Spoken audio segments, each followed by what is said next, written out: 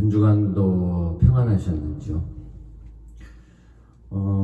오늘 제가 지난주 이제 아침 저희 예배 드리면서 이 찬송을 이렇게 부르게 됐는데요. 저희 이제 매일 예배 드리면서 그 성경 말씀 이렇게 한 장씩 읽으면 그 앞에 이제 성경책에 그날 부를 수 있는 찬송, 그 본문과 관련되어져 있는 찬송을 이제 성경 그 편집하신 그 회사에서 이제 아마 만들어 놓은 거겠죠.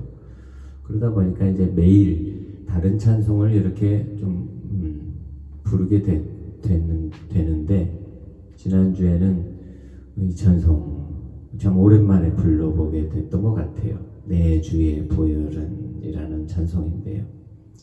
어려서는 참 많이 불렀는데 제가 이렇게 이 찬송을 언제 불렀나 했더니 어려서 많이 불렀더라고요. 제가 여기서 어려서 많이 불렀던 찬송이라고 말씀드릴 때는 거의 초등학교 시절을 말씀드리는 거예요.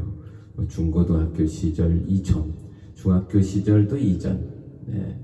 그런데 제가 이렇게 제 기억을 더듬어보고 추억해보다 보니까 어려서 참 제가 섬겼던 저희 부모님 섬기셨던 그 교회가 찬송가를 좀 그때 많이 불렀었던 것 같고, 그러다 보니까 어려서 늘 이제 어머니한테 뭐 거의 끌려서 갈 때도 있었고, 구역 예배든 뭐 기도원이든 뭐 이렇게 예배 자리에 끌려가면 항상 이제 불렀었던 그 찬송들이 제 기억 속에, 뭐 저도 같이 옆에 앉아서 뭐 따라 부르기도 했고, 그러다 보니까 저한테는 이렇게 찬송이 제 인생에 그래도 추억으로 자리하고 있더라고요. 그런데 이 찬송도 그런 것 같아요.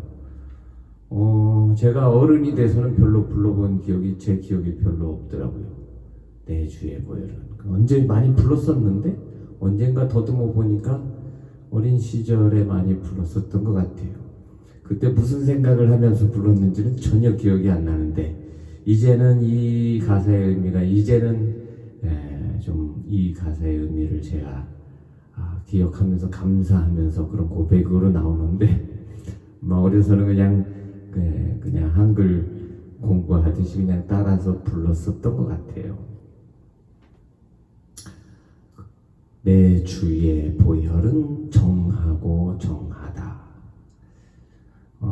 근데 제가 이 찬송 부르다가 갑자기 우리의 피는 어떤가? 더럽고 더럽다. 제가 이 얘기를 해야 되나 말아야 되나 잘 모르겠네요. 지금까지는 한 번도 안 했는데, 지금도 안 하는 게 나을 것 같네요. 그런데 사람이 이렇게 건강을 체크하려면 피만 뽑아보면 다 알죠. 별로 이렇게 건강검진을 하실 일이 없으신 분들은 그럴 일이 없지만, 저도 이제 건강검진을 안 하거든요. 해야 돼. 1년에 한 번씩 뭐 해야 된다고 하는데도 저희 아내가 막 하라고 그러는데도 작년에도 안 하고 버티고, 올해도 지금까지 안 하고 버티고 있는데요. 뭐 다른 건 아닌데 귀찮아서요. 그냥 건강검진 체크해서 뭐 인생 겁나게 많이 잘 살 것도 아니고 그냥 주님 부르실 때까지 살 텐데, 뭐 그렇다고 뭐 믿음으로 안 하고 그런 것도 아니에요. 병원 가기 귀찮고 그냥 가서 그 검사 받고 기다리고, 제가 기다리는 걸 잘 못하거든요. 제 성격이 그렇게 좀 차분하고 이런지를 않아서 뭐 그냥 이를 악물고 견디고 버티고 이런 거는 좀 잘하지만, 그냥 차분하게 이렇게 기다리고 이런 걸 잘 못하다 보니까 바쁘지 않은 시간에 가서 빨리 받고 오라고 그러는데 그것도 귀찮아서 이제 잘 안 가게 되더라고요. 그런데 제가 어려서 좀 이렇게 여기서 어려서는 어려서가 아니에요. 청년 때 좀 어디가 아파가지고 병원에 다니는데 낫질 않는 거예요. 군대 갔다 와서 낫질 않는데 병원에서는 뭐 그냥 듣지도 않는 약을 계속 주더라고요. 6개월씩 막 그 약을 먹었는데 그 약 먹어도 아무런 효과도 없고 전혀 병증이 뭔지도 모르고, 아마 제가 서울 살 때 그 동네 주변에 있는 병원을 한 대여섯 군데는 다 가봤던 것 같아요. 가는 데마다 뭐 자기네들 나름대로 처방을 내려서 약을 주는데 그 약 먹어서 한 번도 효과를 본 적이 없었던 것 같아요. 그러다 보니까 제가 병원 그러면 거의 신뢰를 안 하거든요. 그것도 어떻게 보면 상처인지도 모르겠어요. 병원 또 이제 의사 이런 분들을 잘 신뢰를 안 가다 보니까 더 안 가게 되는 것도 있는 것 같아요. 그런데 누가 이제 어디 큰 병원을 가보라고 그래서 그 병원을 갔는데요. 뭐 엑스레이 사진도 안 찍고 그냥 피를 뽑더라고요. 피 뽑는데 병명이 나온 거예요. 그 피를 뽑고서. 그리고 약을 줬는데요.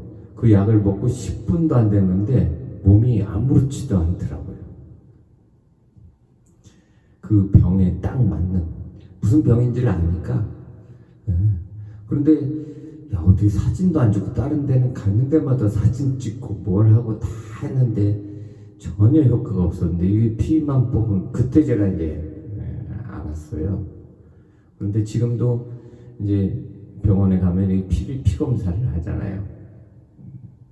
피 속에 모든 더러운 그 병균들이 피 속에 다 들어있다라는 거를 그래서 피를 뽑아보면 아는구나. 뭐 염증이나 어디 무릎, 허리 염증이 있는 것도 그 피 검사하면 나오는 거더라고요. 다른 그런 감염성 질환이 있는 것도 뭐 다 그 속에 피 속에 다 들어있으니까 나오겠지만, 우리 피는 그런 균들이 아마 뭐 건강하신 분들도 있겠지만 나름 어디 저기 아픈 데라도 있으면 우리 몸에 어디 구석 하나라도 바늘로 쿡 찌르면 피 한 방울 안 나오는 데가 없죠. 다 찌르면 다 나오는. 거기 다 피가 돌다 보니까 어디 구석구석에 있는 조그만 염증이라도 있으면 그 피 속에 그런 게 다 나오니까 검사하면 다 찾아지는 건데, 그리고 그거에 맞게 처방을 하는 거죠. 우리의 우리 피 속에는 온갖 그런 균들, 병들이 그 속에 있는데, 그런데 제가 순간 그거는 그렇게 큰 문제가 아니구나. 병이야 치료하면 되는 거죠. 뭐 약을 먹던 뭘 하던. 그런데 우리 피 속에 진짜 문제는 죄가 흐른다라는 거더라고요. 죄. 그런데 제가 신학 공부할 때였던 것 같아요. 한참 고민했었던 적이 있는데, 이게 죄인데 사람들이 병이라고 그러는 거예요. 지금도 아마 그런 일들이 참 많을 것 같아요.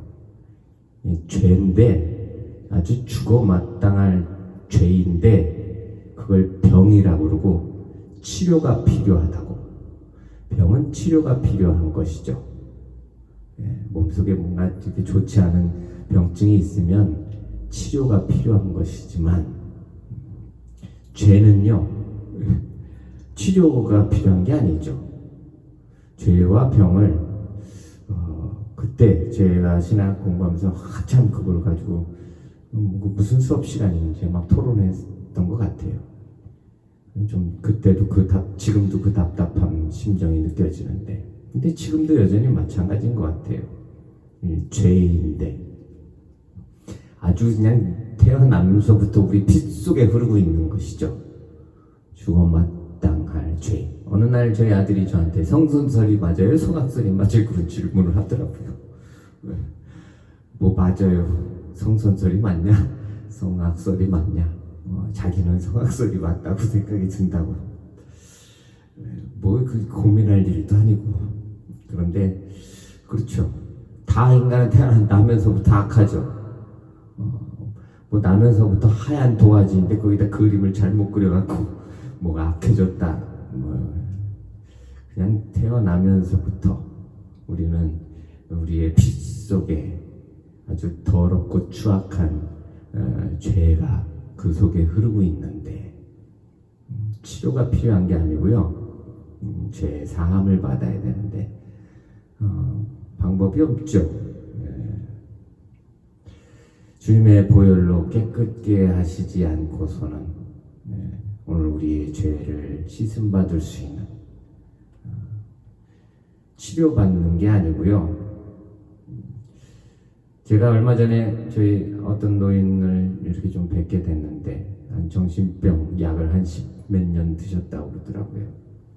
그때 제가 이렇게 상대하면서 야, 어떻게 인생을 그래도 이 세월 80년 넘는 세월을 거의 90년 가까이 살았는데 인생이 노인이 되고 그러면 좀 힘도 빠지고 그래야 되는데 왜 이렇게 이 노인이 이렇게 못돼 먹었을까?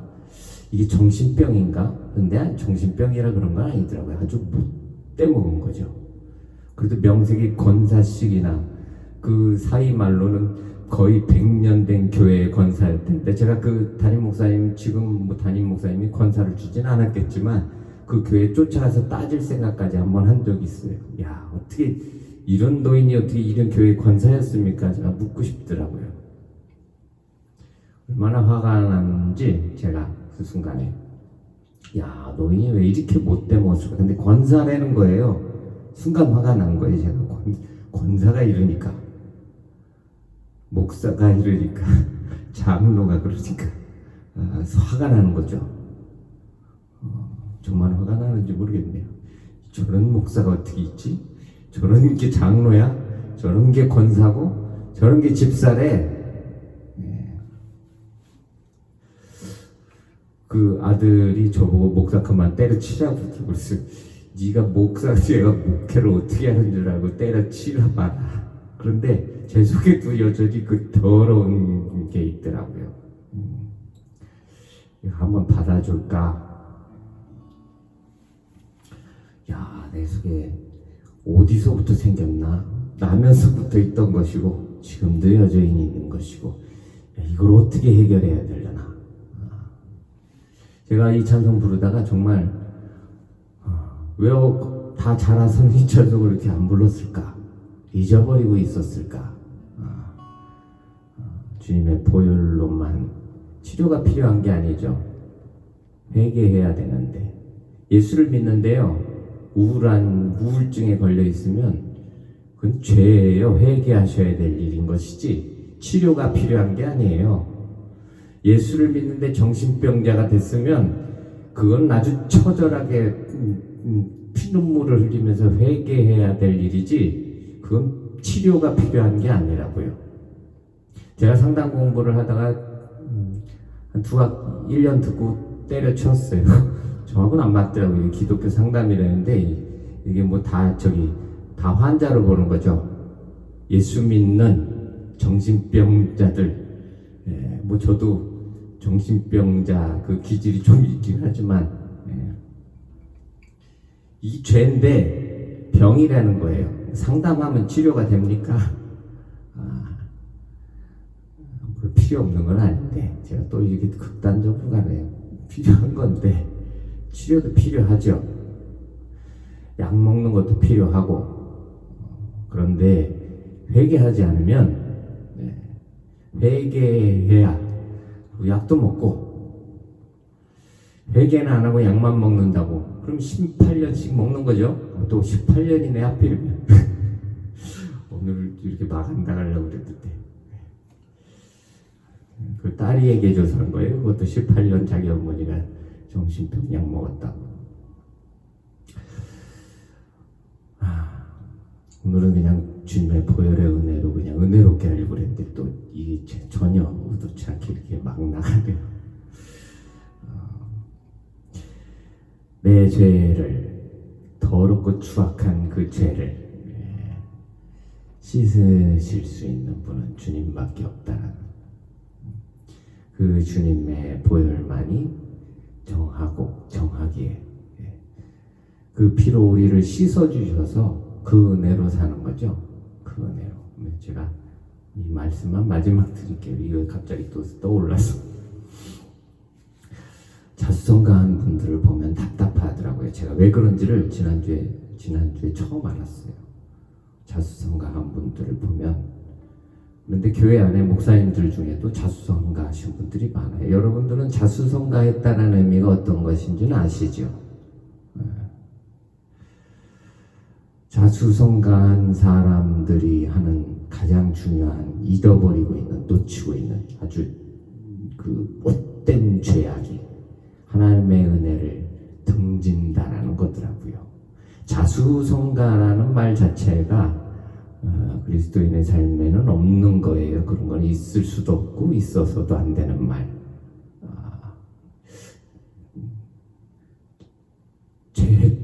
제 철학으로는 그렇습니다.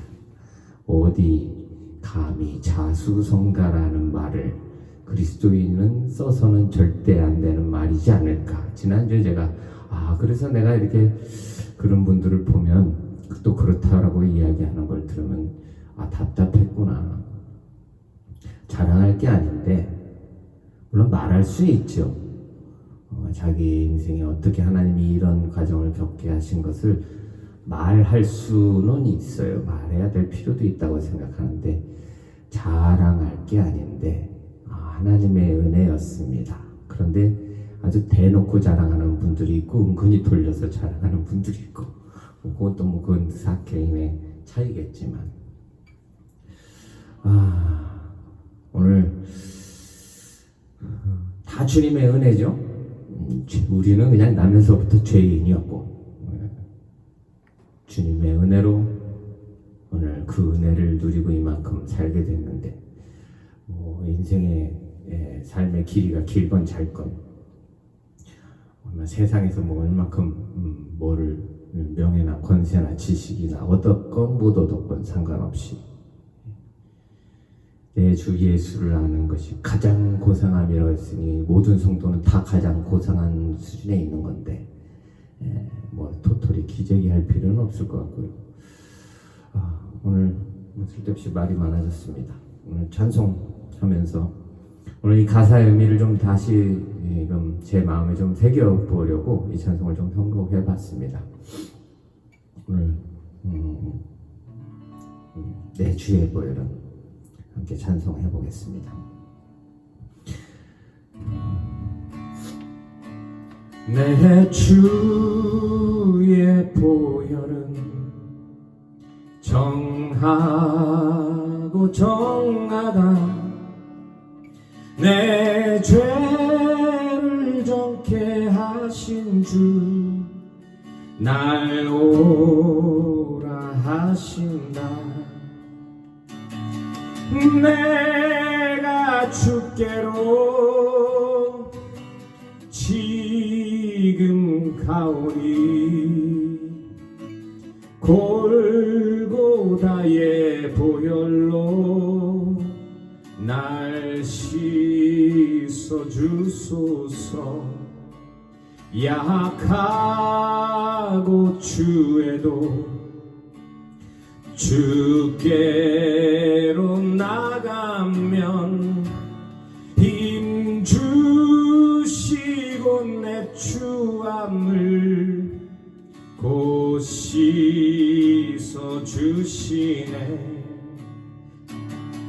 내가 주께로 지금 가오니 골고다의 보혈로 날 씻어주소서 날 오라 하심은 온전한 믿음과 또 사랑함과 평안함 다 얻게 함일세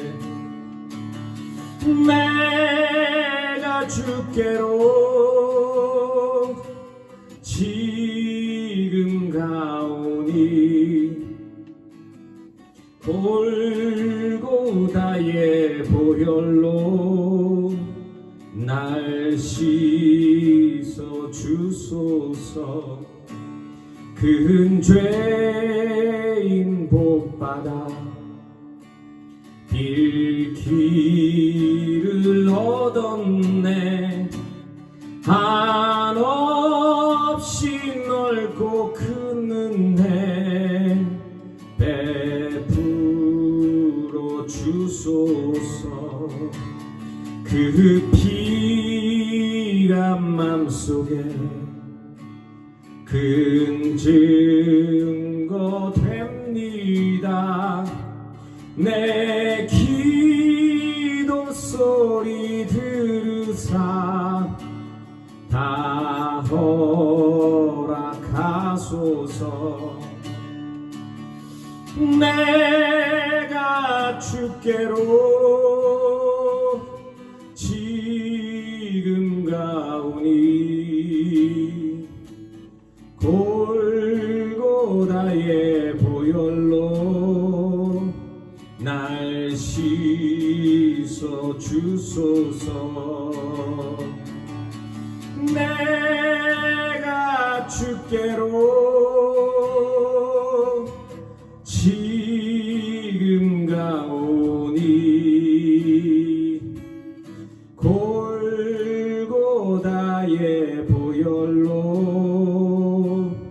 날 씻어 주소서.